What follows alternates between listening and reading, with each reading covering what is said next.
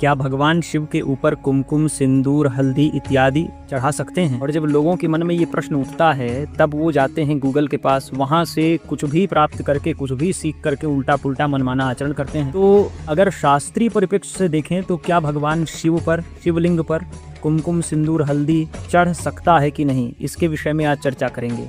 तो देखिए, कुछ लोग कहते हैं कि भगवान शिव जो है विरक्ति मार्ग के हैं, इस कारण से उन पर हमको कुमकुम, हल्दी इत्यादि नहीं चढ़ाना चाहिए। देखिए, तर्क एक बात है, दूसरी बात है शास्त्र प्रमाण।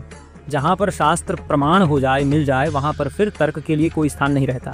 तो शास्त्र प्रमाण क्या है, कहीं और जाने की आवश्यकता नहीं है। आप देख लीजिए शिव पुराण को।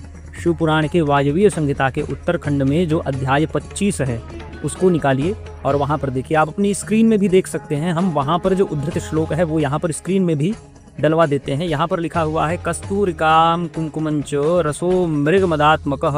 यहाँ पर भगवान शिव पर कुमकुम के प्रयोग का भी हमको वर्णन प्राप्त होता है। इसके अतिरिक्त कुमकुम की चर्चा और अन्य स्थानों में भी हुई है, अन्य शास्त्रों में भी हुई है। यदि हम एक शैव शास्त्र की चर्चा करें जिसका नाम है कामिका आगम, उसमें भी कहा गया है कि एलो शीर फलत्रयेण सहिता कर्पूर सत्कुमकुमैः। इसके अतिरिक्त भी बहुत सारे शास्त्रों में इसका प्रमाण मिलता है कि भगवान शिव के ऊपर कुमकुम चढ़ता है। आप इसके अतिरिक्त भविष्य पुराण को भी देखिए, भविष्य पुराण में भी इसका वर्णन प्राप्त होता है, अन्य ग्रंथों में इसका उद्धरण प्राप्त होता है और स्तोत्रों में भी कुमकुम से चर्चित शिवलिंग का वर्णन हमको प्राप्त होता है। तत्प्रणमामि सदा शिवलिंगम, इस प्रकार से उक्ति प्राप्त होती है।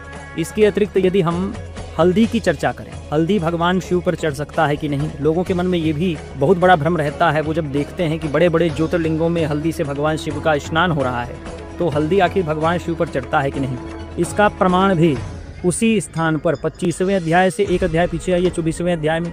24वें अध्याय में वहाँ पर लिखा हुआ है कि सुगंधामलकम दद्यात हरिद्रांच यथाक्रमम। यहाँ पर से क्या सिद्ध हो जाता है? सिद्ध होता है कि भगवान शिव के ऊपर हल्दी भी चढ़ती है। बात रही सिंदूर की, तो सिंदूर चढ़ने का कोई प्रमाण भगवान शिव के ऊपर नहीं है।